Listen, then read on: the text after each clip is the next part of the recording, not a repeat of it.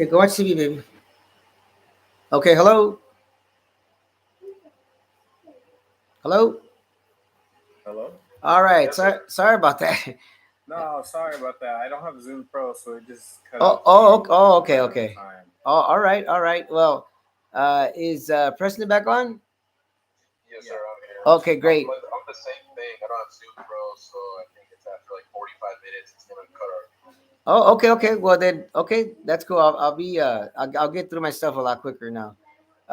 So the so what I was saying was that there's two kinds of people, right? In this when it comes to this kind of stuff, and the so that individual I was talking about, obviously he cared about about kids, and the kids that we were helping, so he funded.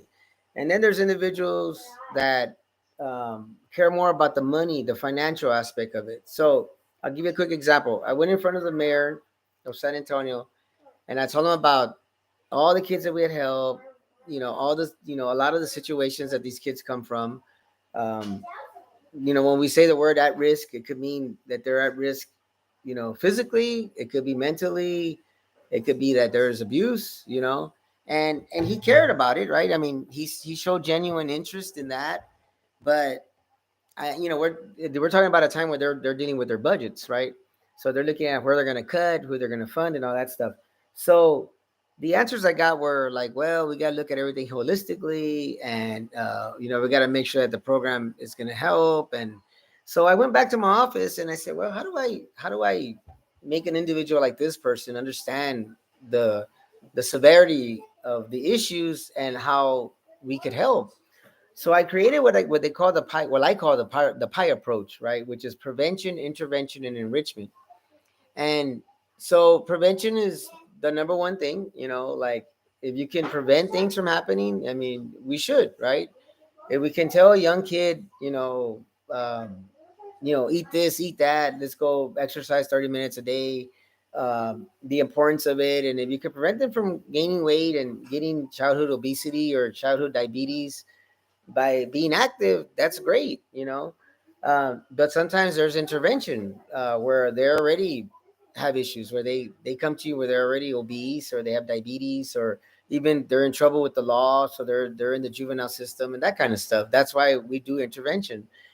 And the enrichment is when kids or adults are who have troubles, right, who have issues mentally or physical, and they overcome them. Then imagine a world where everybody is in good shape, everybody has done well academically, everybody has a great job, everybody is part of a good family. Imagine what kind of world that would be, right? That would be a very good. uh, the society would just be like, I think, excellent. Like, people would be having jobs, everybody would be contributing to the tax base, our economy would be booming. Just imagine that. That's the enrichment part of it. That's the enrichment part of our program. So, I'll get back to the money. So I went back and I said, let me investigate a little bit of what it costs to deal with kids or individuals, because I'm talking about adults also that have a drug problem, because no one guided them, nobody gave them positive reinforcement. They came from a family where everybody's on drugs. They may have been abused, so a lot of people do self-medicating with drugs, right? And then they got people around them that encourage them to do drugs, like other drug addicts, right?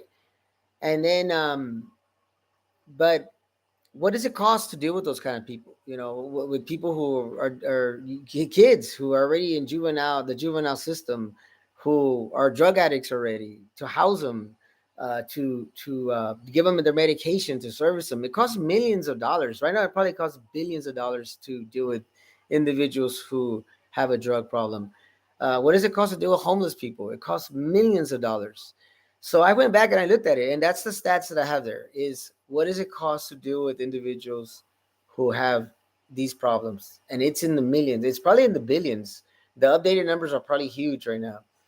And so individuals, we could get the right number. I mean, we could find it, and I could give you examples of who we've helped and how it helped the community the taxpayers to not pay for them, because now those individuals that could have been a problem or were a problem are now at a point of enrichment, which is they have good jobs, they have a family that they're supporting, like they have their own family, they're adults now, they're contributing to the tax base, so they're not costing taxpayers money, they're taxpayers themselves.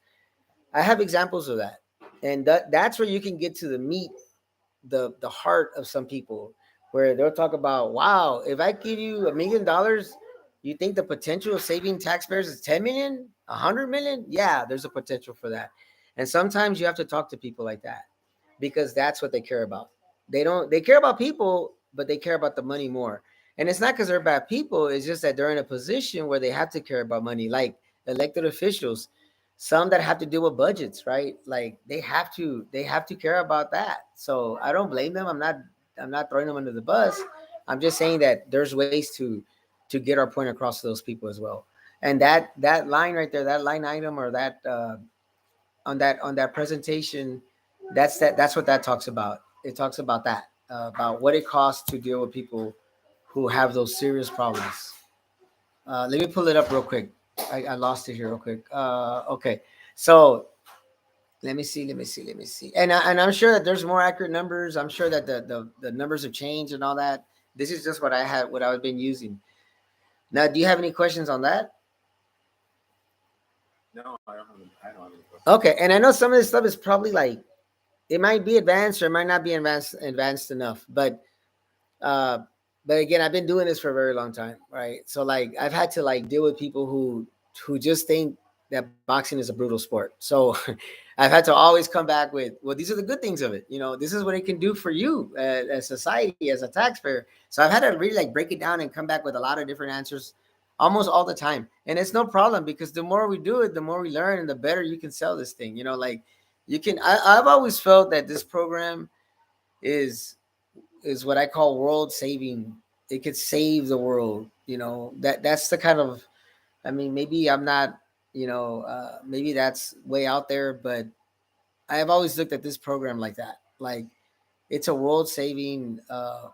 It could be. It could save the world. It could save someone's world. Maybe not everybody, but there are people who have benefited from this program, and there are people that can benefit from this program.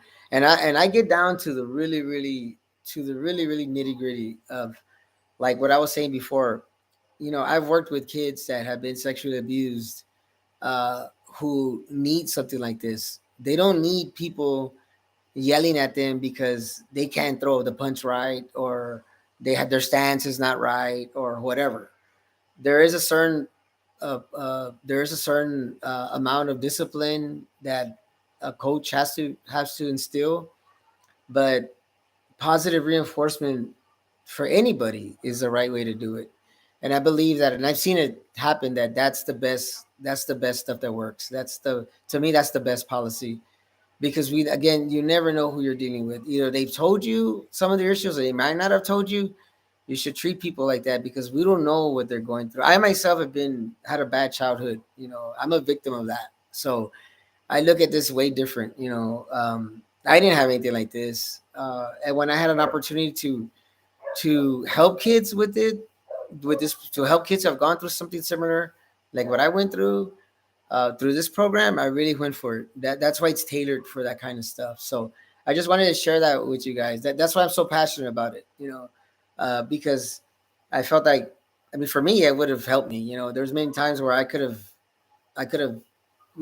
made my outcry to somebody if I wasn't under that kind of a setting. Maybe got the help that I needed before I got to a point when I was a young adult. I was ruining my life, because I went through all that self medication and all that stuff that I talked about. I went through all that stuff. I almost ended up in prison and all kinds of stuff. So um, you know, I eventually got married, had kids, and that changed me.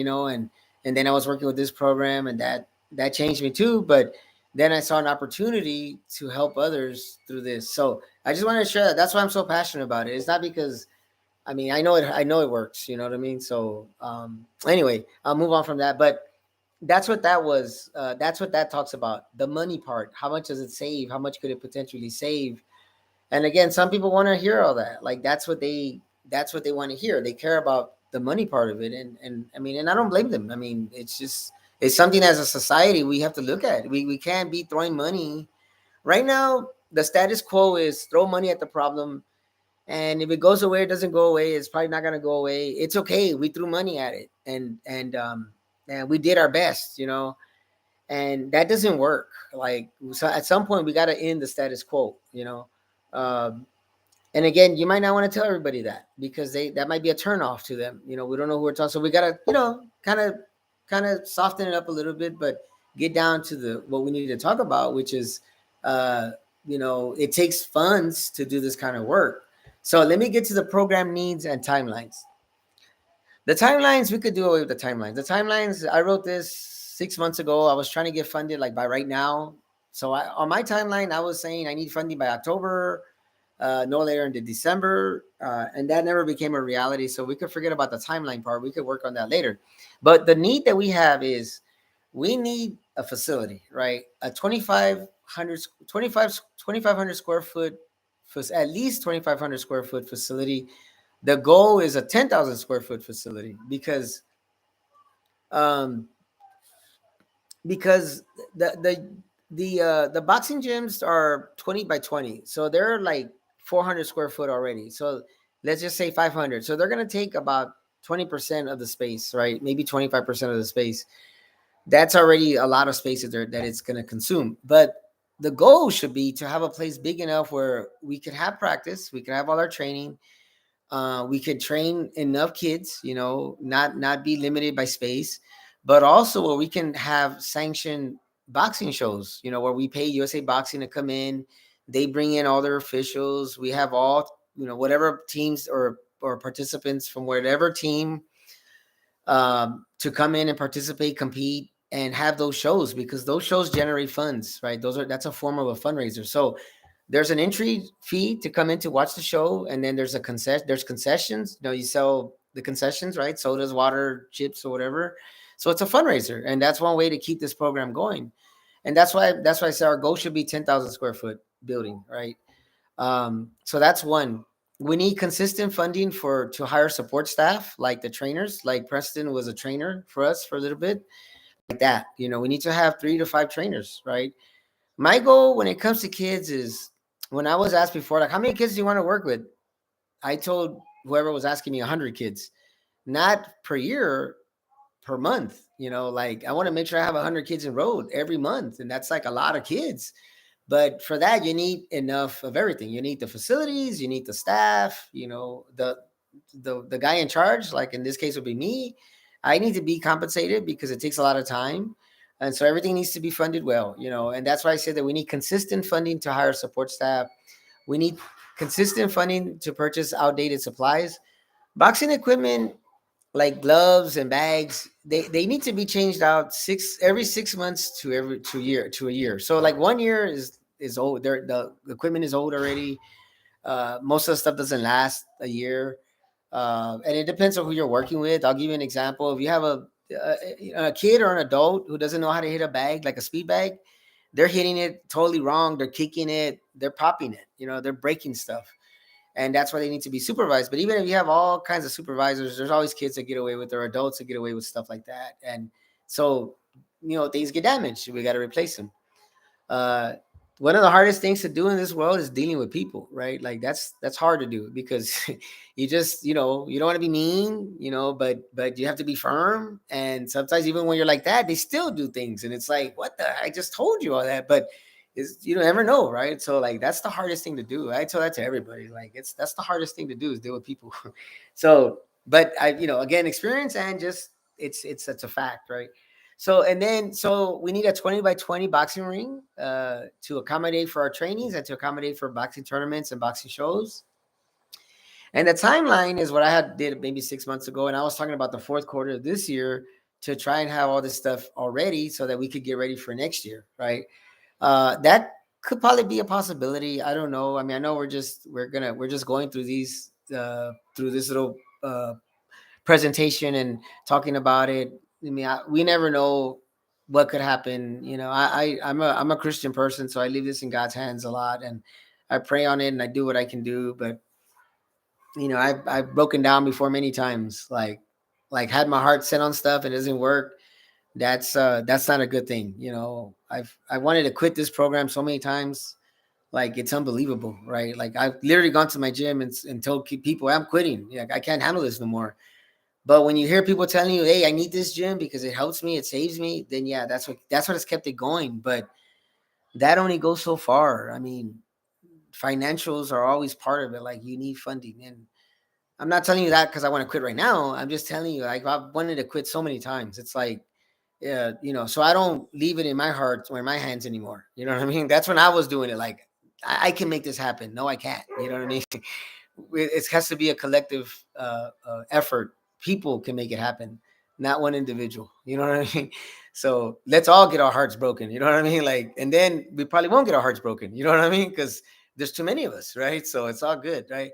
So the last part is pictures of some of the kids. Right here, I put boxing participants from the year 2012 to 2014. I think that's accurate. That's probably, yeah. That's those are only 2 or 3 years worth of kids right here. Worth of the pictures are worth the kids. And then the events, special events, awareness day. Outside of the program, again, because of the kids that we're dealing with or kids that we have dealt with in the past, we've done like an anti-bullying event. I've done several of those. I organized a Justice for Youth march, which was more like a rally. It was called Justice for Youth because it kind of like talked about or spotlighted a lot of issues like homelessness, childhood obesity, the diabetes, sexual abuse of kids. It spotlighted that, like, that those are real problems that we have in our community, and we don't want people to forget about that, right? So that was the purpose of the march. But I'll tell you what what inspired that event, that movement. What inspired it was in my community, because I'm not originally from this community where I'm at right now, Redbird Ranch. I'm from the west side of San Antonio. It's called Prospect Hill. So if you look it up, you'll see how crime is really rampant out there. You'll read a little bit about all the issues that are going on all the time over there. That's where I was. That's where I was born and raised. I've only been living here for like 7 months or so, but um, there was a 14-year-old girl. Her name was Natalie Chavez. She was like a troubled kid, right? Her mom and her dad, she didn't have connection with them. She was already a runaway. Uh, she was found dead, naked, strangled, dead, and sexually assaulted under one of our bridges over there in one of the creeks over there where I'm from.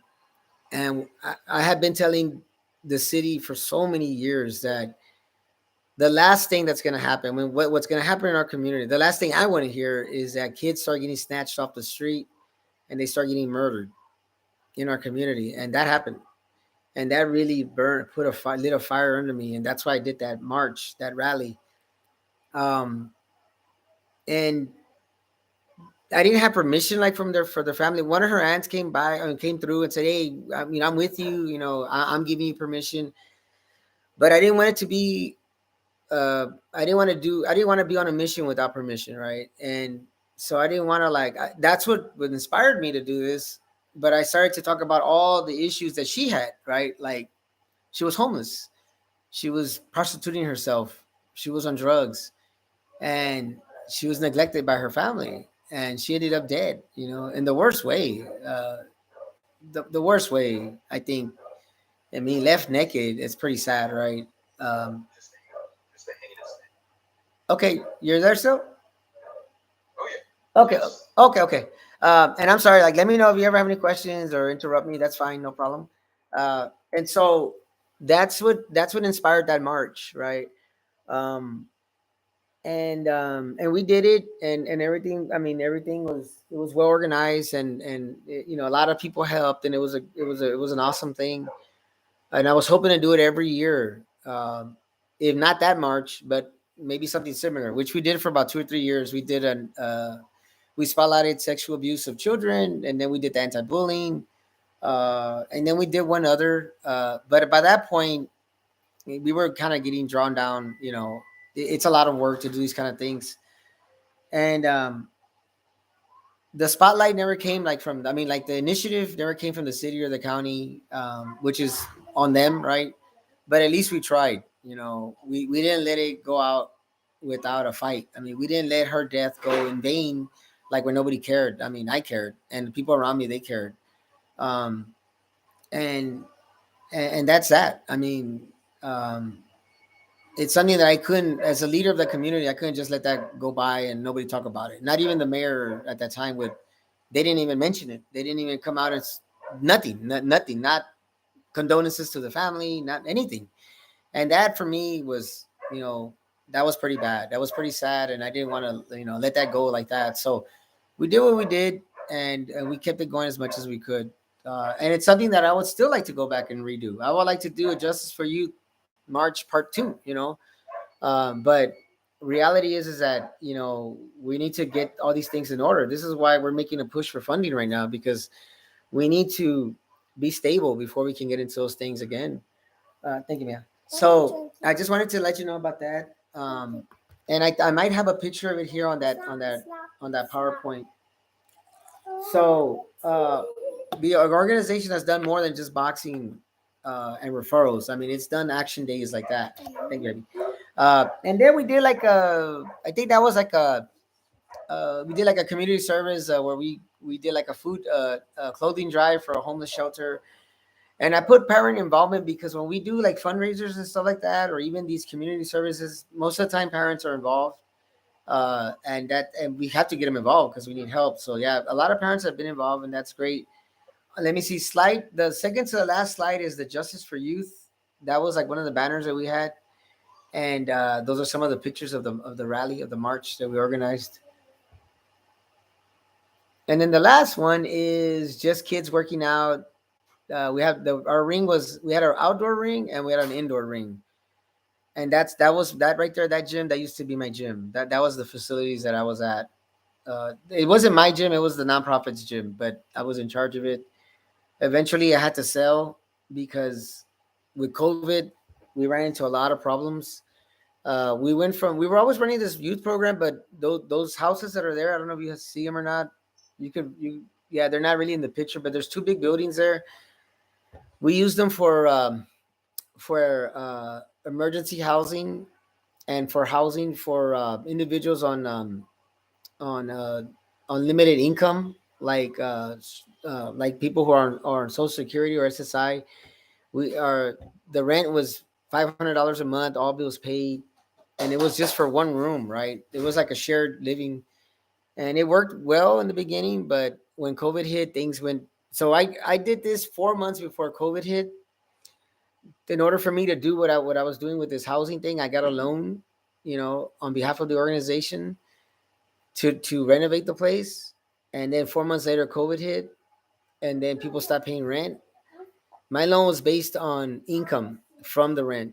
So you can only imagine when people stop paying rent, how that really, really put a monkey wrench in my deal. It was like so sad. I mean, it wasn't sad. It was just like very, very frustrating. Like, and people, the only ones I could really talk to are elected officials and uh, anybody who would listen. I'm like, I need help, or not. We're gonna lose all this. And my issues were not the issue. The issue was COVID and people dying and all that. And I totally understand that. But even when all that got like a year and a half later, I was still telling people I'm still going through this. Like, what do organizations like ours do in this situation? We're not like uh, a, a millionaire who just bought a building who could say, okay, hold everything. I still got money in the bank, so I'm cool. I got millions of dollars in the bank. We weren't like that. Like, our thing was dollar for dollar. Like, we had to bring in income to pay the loan. And I paid a lot of that, my personal money. Like, it was I could only I have proof of all the loans that I got, personal loans, just to pay their bills. And I couldn't do it no more. After 3 years of that, I was like, the last thing I have to do is sell, pay the loan off, pay off every debt that we had as an organization, and move. And that's where we're at right now. And we don't have very much um, we don't have very much money left. You know what I mean? We have enough uh, to be open for a few more months, like at least me as an administrator, to try and make things happen. But I I I, I don't want to close the thing. And that's why I'm talking. That's why I brought this up to Preston, and he told me that he had a friend that that maybe we could work together.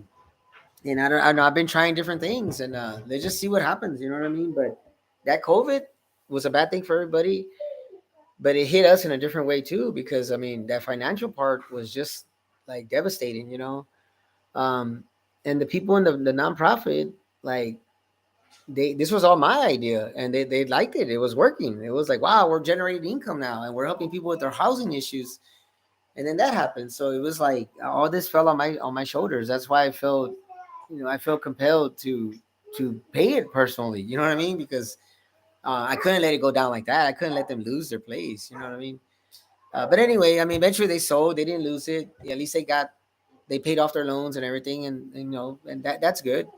But I do have to share those things with you because those are fresh things. I mean, I just sold this like about 6 months ago when I was doing all these little fundraising deals. So it's all fresh. I mean, it's all new stuff, right? But that's that. You have any questions on that? So I guess it's not really a question. It's just more. I feel now too because we gotta understand the market right Sure. after the COVID crash. So we gotta understand too that the economy right now as well compared to how it was when this thing was going. From what I hear, it's gonna be a lot different. Uh, the approach to it with everything up in price too. I just feel we have to like come up with a different plan of how to really incorporate this monetarily with how everything is right now. Everything's expensive. And I feel like that emphasis that you had mentioned, like the emphasis on the profits and what it can do is the money going to be used properly is going to have to be really strong. It's going to have to be super Sure. strong with how it is now. Because there's a lot of people now too, they can't pay to get in, they can't pay for that or for training or a lot of stuff now too. And there's Sure. I don't know how funding looks now, like with other people, how much they're giving out, if it's dropped since COVID, I don't know, but I would imagine that it's not as easily accessible compared to how it was then. Okay.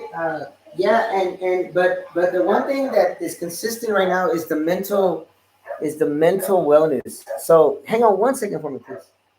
Hi. Yes.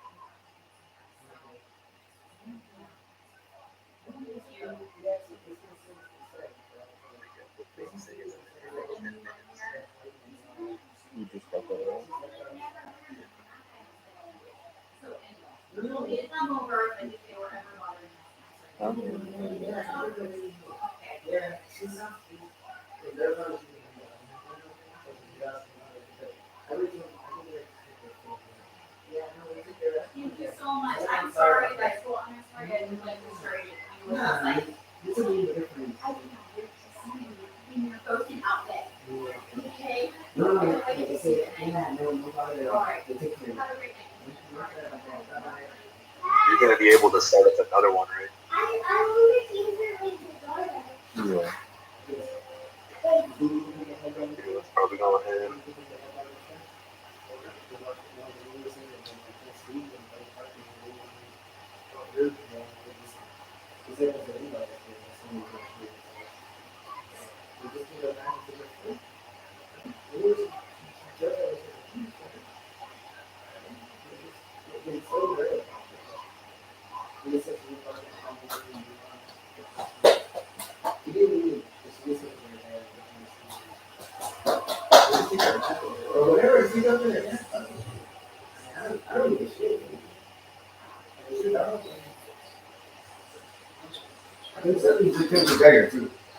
Yeah, I don't go open the door for yeah, they never like did anything. Want a towel?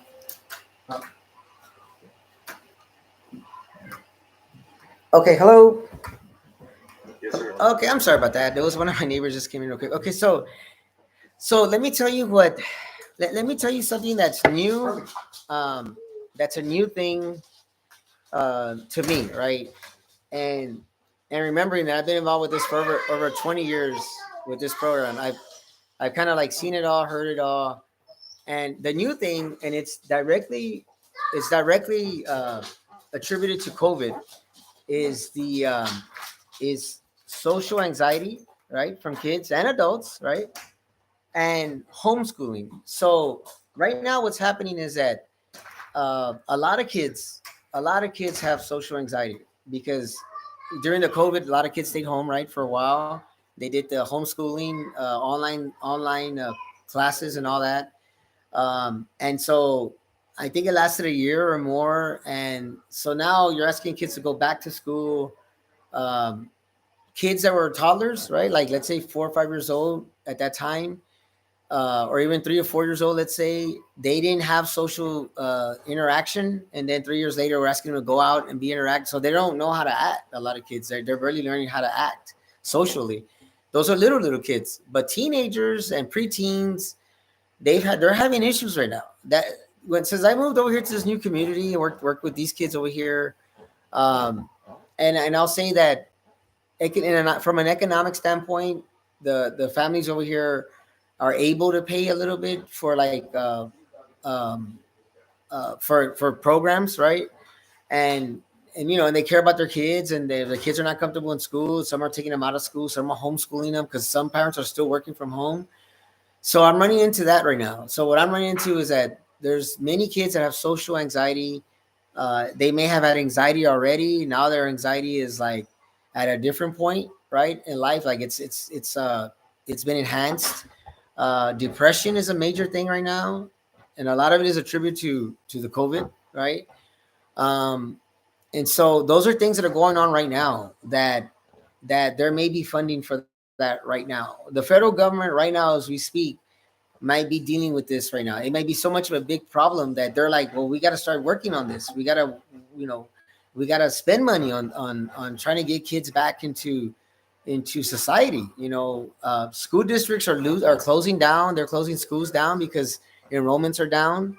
That's a real problem. I can look it up. You can look it up. We can get the stats. Those are good selling points for why we need programs like this. The other thing is homeschooling, right? So, like in general, kids are being kept home, and for whatever reason, social anxiety or not, a lot of kids are being kept home. Parents are homeschooling them. I wanted to start a program for homeschool kids, and the way I wanted to do it, and this was just a thought maybe 2 months ago, was I wanted to have two sets of trainings, right? Like, I wanted to have training 5 days a week, Monday through Friday. I wanted to have Group A, Group B, and Group C and Group D. And I broke it down, and I'll share it with you guys. I don't have it right here in front of me, but basically, it was going to be for boys one day, girls the next day, or it was going to be one class in the morning earlier, or like let's say from 10:30 to 11:30, and then I'm sorry, it was going to be a 45-minute thing. So it was like from 10:45 to 11:15, then 11:30 to 12:15, and then the next day the same thing, but with a separate set of kids. So it would have been boys from a certain age, girls from a certain age. The next day would have been boys from a certain age, girls from a certain age. And I wanted to do like that during when kids would normally have PE, right? So yes, they're homeschooled. Let's say they get up at 8 o'clock, they start their classes at 10:45 or 10:30. They be coming to the gym. They'd be training for 45 minutes, just like a PE class. And then they'll go back to home and finish their schooling. And then another group set of kids will come in. So I had a schedule already. It's something that I was talking to some parents about, and they said, yeah, that would be we'll be interested in enrolling. I was thinking about a fee of $50 a month. And the only way it would work, and this is to hire, like for me to be able to do it as a job, but also hire somebody, I would need to have like 20 kids enrolled. And that's like bare minimum. I think that was like, I think it was like that would came out to like $1,200 a month. But some parents would said that they'd be able to pay, but I don't think there's enough parents to do it like that, right? Uh, but that's something that the government might want to help. And I think that's a unique program. I saw somebody doing that very similar to that, but it was a karate class, and I think their thing is a lot different than this. They're not doing it during PE times. I wanted to do it during PE times to keep that sense of timing, right? Like that sense of at this time I go to PE, you know. So when they go back into regular school, it's not going to be so different for them. You know what I mean? It's still kind of be something that they're used to. I think that's an excellent idea, you know. And I think that what you were talking about, Preston, about, you know, make sure that what is the funding right now? Those are the kind of things that we have to expand our mind, and we need to make these things up. Like we need to figure out, we need to get creative. Okay, if we're having these issues, and if someone is not going to fund a conventional youth program, well then let's make it really tailored to the need. And I think those are two big needs right now. So what do you guys think about that? I think that's a fabulous idea. It's putting them on a schedule, like a time schedule, something similar to school. So it's something they're used to. Because when you add that routine in there, something they're used to, especially with dealing with social anxiety like that, at least that's something there. So it's like, okay, it's time to work out, and, you know, and then working with the same age group as well, same gender, build friends doing that. Uh-huh. And since it's from the same area as well, Yeah. they probably will see them in school. They go at the same time. They already have friends in school, and they'll feel more comfortable being out in public like that, being at a school, and then maybe they'll meet friends out there as well. So I think that idea. Uh-oh. No. Jace, sorry about that. I didn't want to bother you. Sorry about that. It's fine. It's fine. Okay, it's up there already? Yeah, it comes outside. Okay. It's all good.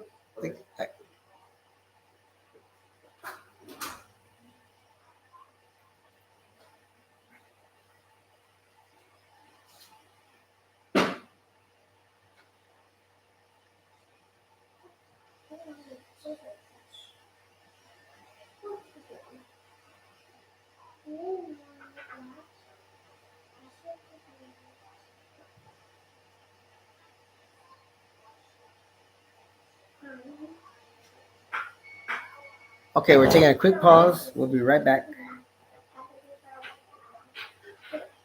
Thank you for your patience.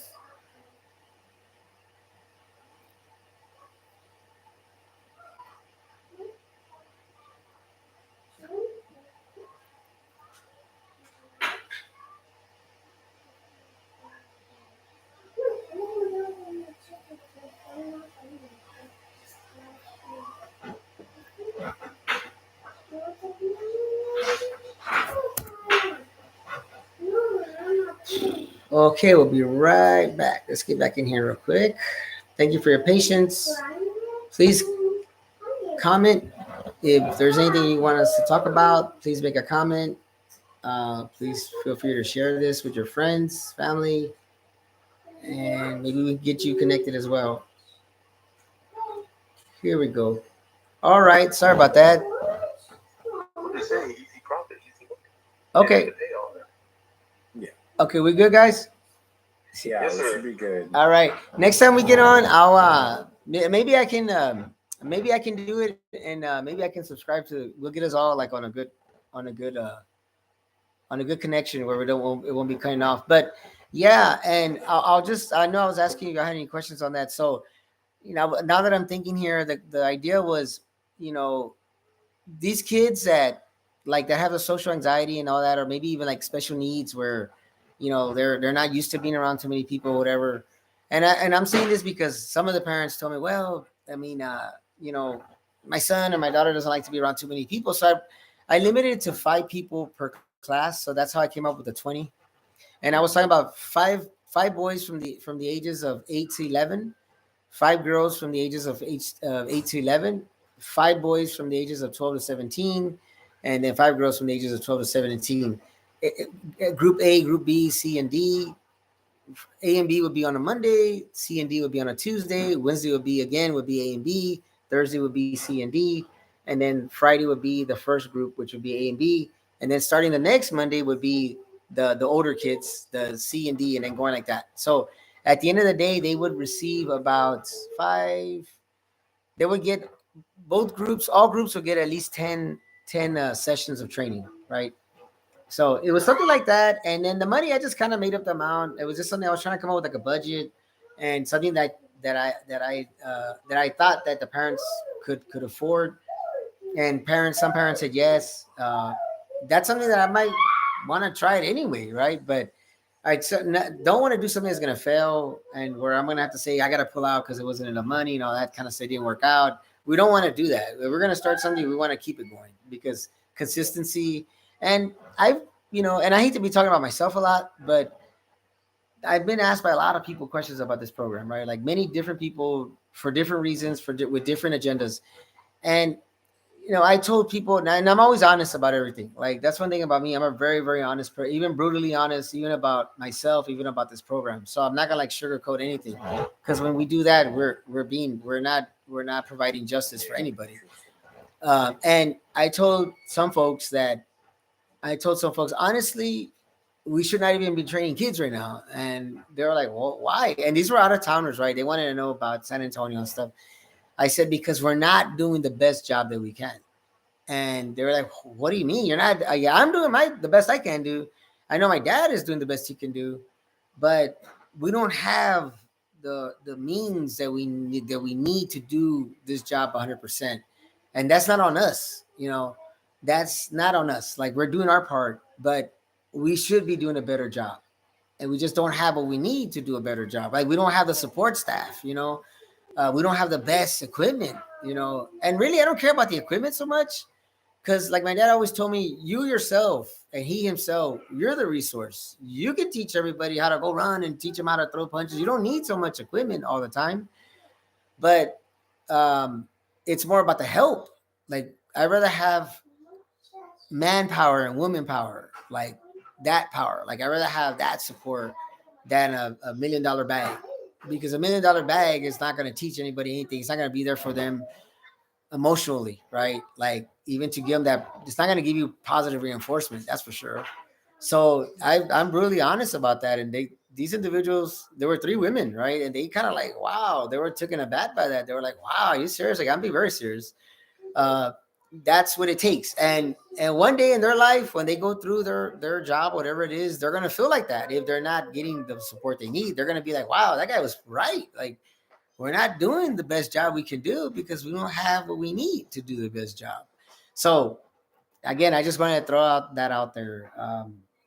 But yeah, that's those. I'll go back to what I was talking about before.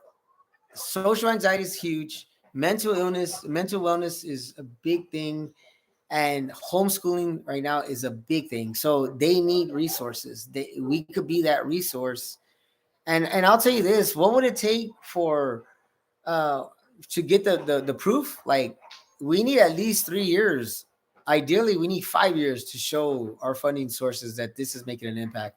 Nobody does it in 1 year. Not even you know, the city of San Antonio has a tax initiative for what they call pre-K for SA. They got millions of dollars for it, and even they needed 5 years just to even show anything, like anything, just to show, oh yeah, look, we've worked with 1,000 kids and they're reading better. It took them 5 years, and they don't even have that together right now. And I'm not throwing them under the bus. I'm just saying, treat us like that. Give us the proper amount of time. Treat us like what we need to be treated with, and that's we need timing. We need the right amount of time. We need to be. This is a big thing. This is not just giving somebody a kickball and say, here, go play kickball for 20 minutes. This is some serious stuff that we're talking about. And I just kind of want to tell you like that, like this is real serious. I mean, if we don't do this, or if somebody doesn't do this, um, bad things are going to come out of this. I mean, kids are not going to survive this. They're not. There's a lot of suicide going on, and now they're not always kids. They end up being adults that end up doing bad things. So this is some serious stuff here. It is true. 100%. So I guess Anything else, guys?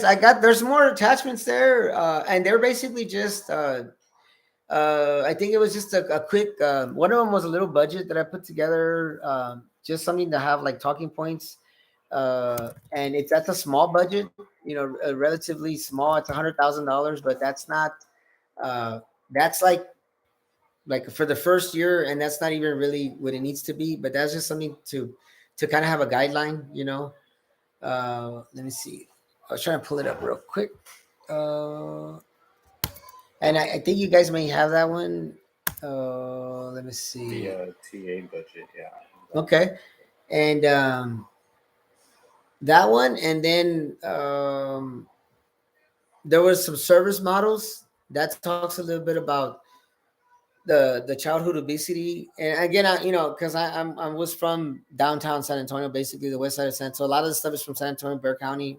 Where we're at right now is Medina County, Medina and Bexar County, right? But I don't have Medina County stats at all. We can get them, but Medina County, like, it's not like Bexar County. But I can tell you right now, I'm in Bexar County and Medina County, and those problem those the problem or the needs that we talked about, those are coming directly from Medina County. The ones about social anxiety and homeschooling, that's in this community, in the Redbird Ranch community right now. So that's here. That there's a lot of that going on here. So yeah, they have some issues here. You know what I mean? They're talked about different in the west side of San Antonio. They're that's where I would say at risk youth, and there's more drugs out there. There's more like obvious street drugs and homelessness and all that stuff. Juvenile delinquency, tagging and graffiti and all that stuff's going on over there all the time. Although it's real severe. I mean, there's two girls got shot. Uh, Two girls got shot yesterday, a 10-year-old and a 15-year-old, by a man who just drove up and shot them for no apparent reason. That happened in my old community. Two teenage girls got into an argument, and one of the teenage girls' dad got shot and killed by somebody who was part of the crowd there. Though that happened 2 days ago. So there's serious problems going on over there. That's why we're talking about it different. What the terms that I will use to talk about that is different than the terms I'm talking about over here. But it's still what's going on here can lead up to those kind of things if we don't nip it in the bud. So where would our focus be geographically speaking? Which communities will we focus on? Well, so to start. Yeah. So when I was making those changes for this nonprofit, right? When I had to make the change and move, at that time there was a lot of issues. So it was at the end of the school year last year, right? So I think it was somewhere in June, May or June. I think it started in April. I started to hear a lot about the Northside Independent School District. There was a kid that shot another kid over vaping, or some issue with somebody took their vaping cigarette or whatever, or something like that. He shot him for that. Another one got beat up by a group of kids for whatever reason. I think it was bullying. Another kid shot another kid, kind of like, I don't think it was gang related, but it was very similar to gang related matter. So I was coming this way, and I talked to a Northside Independent School District board member who's a good friend of mine, and he his name is Bobby Blunt, right? And he said, yeah, everything you're telling me is 100% true. We've been seeing a lot of this stuff going on in our schools. Our kids are they're doing a lot of stuff during school. They're smoking, they're doing drugs, they're having sex, believe it or not, during school time, like in the restrooms. I'm like, wow. He goes, yeah, some of this stuff, you don't hear about it. It's not being as reported as much, but yeah, our kids need an outlet. So and then when it comes to the economics, I think that the Northside Independent School District is more inclined to help. Maybe not the school district itself, but maybe some of their partners. So I would say that the geographic target should be the Northside Independent School District and those areas, right? Whatever geographic side those are, because I think that the need is there. The special needs are there, like the homes, like, they're not, of course, they're not with the North Side, but they're losing a lot of kids to homeschooling. They can still help the homeschool kids, like if they can fund an initiative. And then the kids that are in school but have a lot of social anxiety, I think this thing can get them out. This boxing or this youth program can get them out of that shell that they're in right now, just by boosting their self-esteem a little bit and giving some recreational. So here's the other thing: this program, what it does, it's a form of recreational therapy. That's something that through the years I've kind of identified it as that, and that's a term that's being used a lot of when it comes to mental wellness. So we got to use that term here and there. Recreational therapy is what it is. and that makes it sound condensed. It doesn't sound brutal when you say recreational therapy. So that's the geographic Northside Independent School District. I think is where we need to start. And the ages and boys and girls, right? And really, we should stick with the guidelines by USA Boxing when it comes to the age. So it's 8 years on up, but we can make exceptions depending on the need. Mhm. And of course, it's not. We don't necessarily have to focus the majority on boxing with those specific exceptions, like those needs. Let's say somebody's like, I don't know, we'll say 7 years old or 8 years old, but their parents don't want them to box. They can still help out in around the area, so we can train them. We can give them nutritional and fitness advice. We can give them the community to be a part of, and then they can be a part of some of the events too, like helping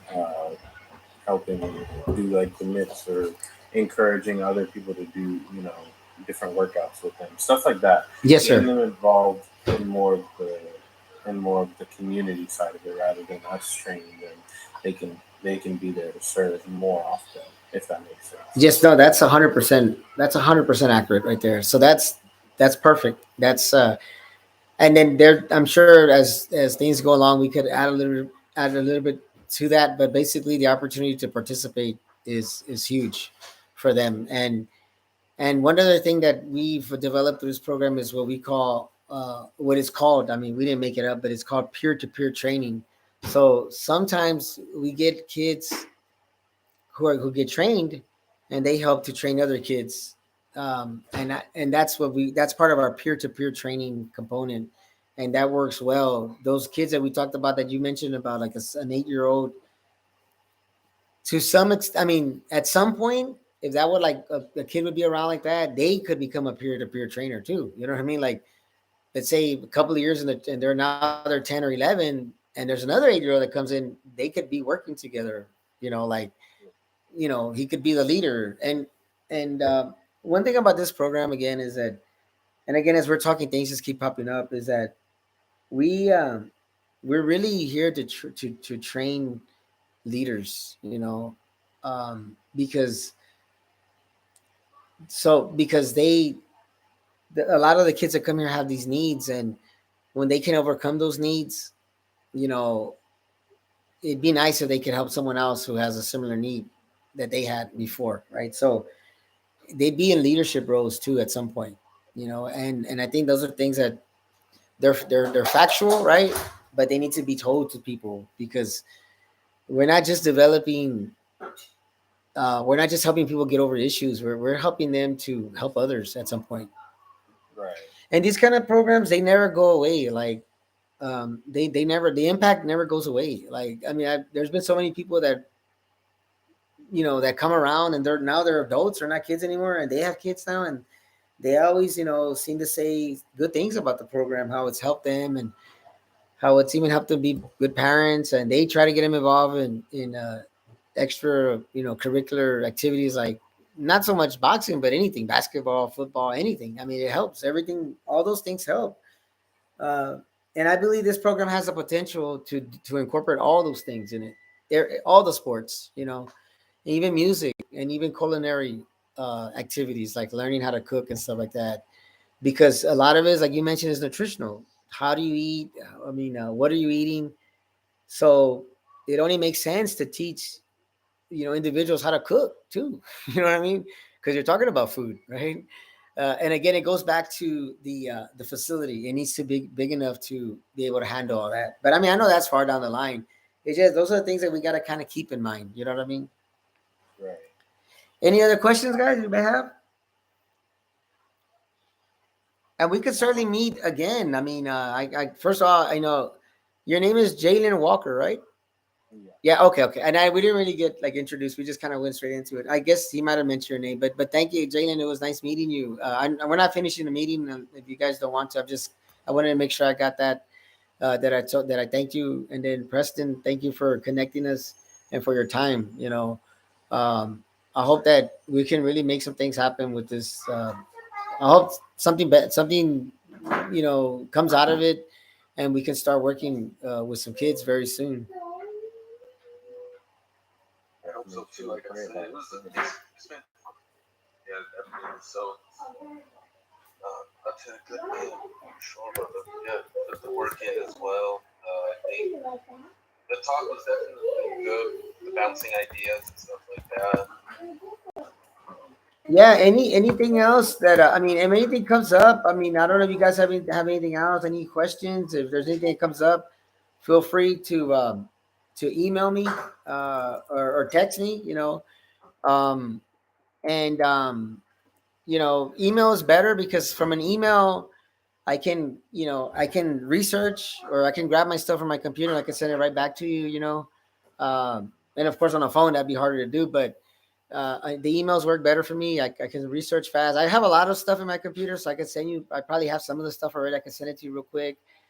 But we don't please don't feel like, hey, this guy wrote all this stuff and we don't want to change it. No, change it. It has to be changed. I'm not the best.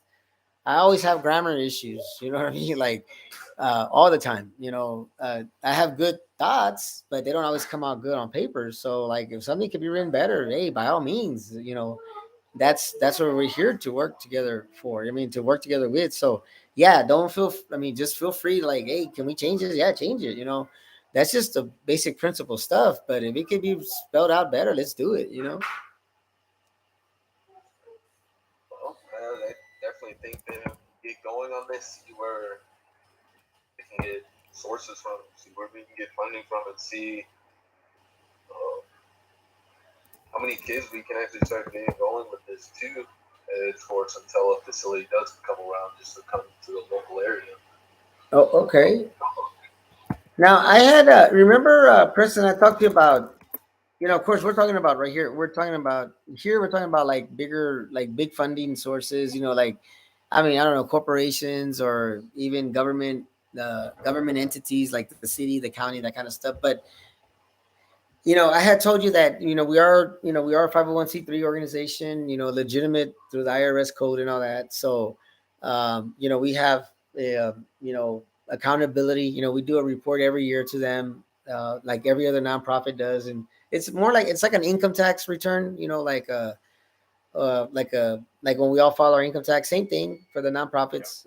So it's called a 990, right? And right there, we put everything, what we've been doing, what money came in, where did the expenses go, and who we served and how it helped and all that stuff, right? And so we're all legit like that, and we've been like that for many many years. But we can offer a commission for some donations that would come. Like, let's say you guys were able to, let's just say $1,000, right? Just to put a number on it. We can offer a percentage of 20%. There's not really a guideline on that. It's just something that makes sense for the organization. We can even go to 30%, maybe more. It's something we can offer, right? So that's for amounts that are, I'll just throw numbers out there. They're not this is not a policy or anything. I'm just throwing numbers out there. Let's say it was $10,000 and we gave you 30%. That's $3,000 that'll go back for your service, as a commission. And again, it could be more. There could be expenses that we cover and all kinds of stuff. We could talk about all that. And those numbers are okay. If it were $100,000, it would be hard for me to pay someone $20,000 or $30,000 for a commission, just because I don't know how anybody else looks at that. But for me, being in charge of the organization, I'm like, well, golly, that's a lot of money. You know what I mean? Like, yeah, I appreciate and we need the money, but I'd rather offer, if it came to something like that, I would offer a commission, but I would also offer a position. Like, well, why don't we just start paying you a salary? You know what I mean? Like, so it's whatever makes sense for both parties.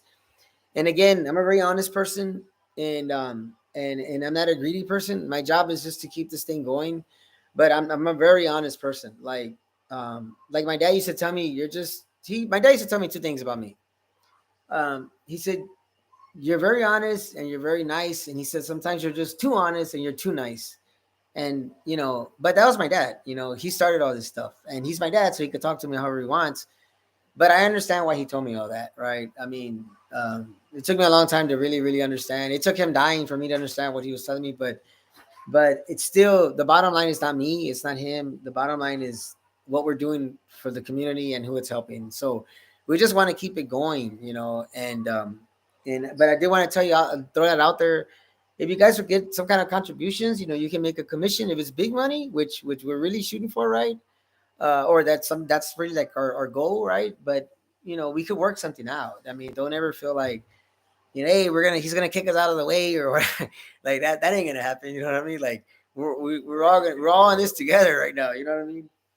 I think it could be something like 20% of commission up to like $4,000 or whichever comes first. Oh, I see. Okay, yeah, yeah. There's a, yeah, like a guideline like that. I mean, so whatever that is, if you have something there showing that, that's great. If there's something you can agree on, that's great too. So yeah, there's something like that could be worked out. But I wanted to give you guys that. I wanted to tell you that, make sure that we had all those things out up front, and then I want to give you any information you need from me. So make sure that if you have any questions, you need something from me, whatever it is, please don't hesitate. If it's something that you feel like, well, we tried but it didn't work out or whatever, I mean, that's fine too. Because when we go along, I'll kind of start asking like, hey, are we working on anything? Did we find anything? I mean, and if it gets to a point where we can't do, I mean, we're not finding anything, then that's okay too. You know what I mean? It's better to be upfront about things. But I feel good about our conversation though. You know what I mean? I feel real good about it. Yes, sir. I agree with that as well. It's just right now, it's just finding those sources, finding Okay. those funding. Okay. Right now. Yeah. Okay. And let's see what leads would come up. And don't think also that, I mean, I'm I obviously got to give y'all information on that, but I don't always have to be the one making contacts either. Like, if there's a way you can make a contact, like we can do that too. I mean, feel free to do that. Like, can maybe you guys can set up a meeting, or don't be held back. Just make sure that I know what's going on, and that if you need something from me, I'm here. But don't be held back to make a move. Like, start initiating some stuff. You know what I mean? Yes, Right. sir. And I have some people in mind but I've known them like personally, and they Sure. know me, so they know how I am. So I guess one thing I would want to provide those people with is more of a besides the main purpose of the organization and the means of the organization, um, the structure and the plan of really how their contribution would help. I Okay. think that would be something that I would want to have. Okay. So if you could do that in the form of a more in-depth or specific budget, let's say like, oh, you could meet this need. I need, X amount of money towards a boxing ring, or X amount of money towards this square footage of a building. Okay. Or if you can connect me with, somebody who you might be interested in, like all those things. Um, I guess we could probably get this together at another meeting. But Okay. if we could get a list together of certain needs, both financial and um, material, if we could get all of those needs together, I think that would actually be very helpful for the people who we would talk to as leads. Okay. Making sure they're more informed on how they're helping specifically. Okay. Okay. No, perfect. A priority list to like start with what's more priority, like what's needed right now, and then it's like two. It's like how can you split the donation, because the building thing is like the big picture, right? But it more than likely might not happen right away. So let's say if we get these X amount of funds, what could we give what could we get right now? And then some of that sum could be saved in. So if another one comes in, that sum could save in towards the bigger later Okay. down the line projects like a building. So like Yeah. a Yeah. priority, like kind of prioritizing like, okay, what's immediate, and then how could the rest of those funds be saved for when other funds come in? It can be meshed together for the big goal, like a building. Okay. Like Perfect.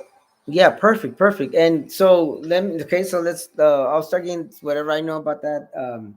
I'll start getting that together, and then maybe at some point, it could be put into like a PowerPoint as well, or with graphs or whatever. But uh, just to make it like, just to make it look better. But yeah, let me start working on that. One thing right off. just when we're talking here, I know that the building is like the real big goal, right? That would be like real nice to have, but and of course my garage is not going to be adequate, I don't think. But the first thing that we could do if we had funding would be go renting out a facility, like rent out lease a facility. There are many in this community that are like, there's a lot of buildings being put up right now, up and down Petranco Road, right? And there's some up for lease right now. So what I'll do is I'm gonna look at a couple and see what would be like, having a space, and then find out what it would cost. But I'll tell you right now, if somebody asked me, what would it take for you to get up and rolling right now, it would be a place that, outside of buying it, like leasing it, and then a ring. So I'm gonna kind of start at that right there at that point. You know what I mean? Um, and then what can that space, what could it provide for us? Like how many people can we work with in that space, right? Uh, and so how many bags and stuff. So that's very doable. I can't tell you, in my old community, there is a place that's available right now for $1,500. It's 1,200 square. I mean, I think it's 1,500 square foot. They want $1,500 a month, but that's a different community and that's far away from here. Like that's about a 30-minute drive. So I know that's not our target. I just want to throw it out there. What I've seen is that there's a place available over there. But the places over here are a lot more expensive. They're anywhere from $3,000 to $4,000 a month. That's realistic right there. And I've already called and inquired, but I'm gonna get a more accurate number. Like I'll tell you for sure, for 1,400, 1,500 square foot, it's gonna cost us 4,000 a month, straight up. Like, and I'm gonna like check it out. I'm gonna call 3 or 4 different places, but always I'm always on the lookout too for. I'm always on the lookout for like an old building that's going for real cheap that can be renovated. But sometimes people don't like to get involved in that, like, because it's just like too much work and it might not even work out. You know what I mean? Most funders would like to fund something that's, hey, this is ready to go. It's up to code, no issues. Just start working. You know what I mean? And I guess in my point in my life, I want to do that too, because I've been the other way and it's like it's a lot of headache. You know what I mean? But okay, no, I appreciate that input. I'm gonna start working on that. And you guys, let me know, when would you be available for another meeting? Well, I don't think. Yeah, we'll have to let you know. Okay, that's cool. Schedules usually just change. Sure. Yeah, for sure. We'll definitely get together on that. And Okay. I have your email with your contact information too, so I'll make sure to put that in my phone Okay. so we can all stay in touch. All right. Sounds like a winner. Guys, I really appreciate your time. God bless you guys, and not just because we're talking about this, but just in general. I mean, guys, take care of yourself, and thank you for all your input, and thank you for your time. Again, if there's anything I can do, please let me know. Yes, sir. Yes, Mr. sir. I Ryan, appreciate thank you your very time. All right. Y'all take care, guys. Appreciate your time as well and the opportunity, boss. All right. All right. Thank you. Have a good night. All right. Bye-bye. Good night. Bye bye.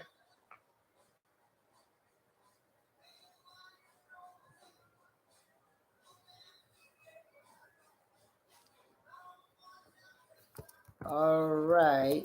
Thank y'all very much.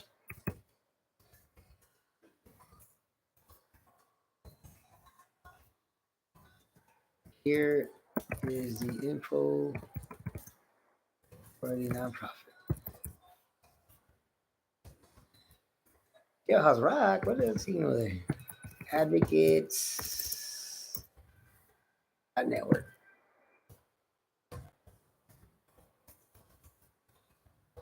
And www.theadvocatesboxing.com.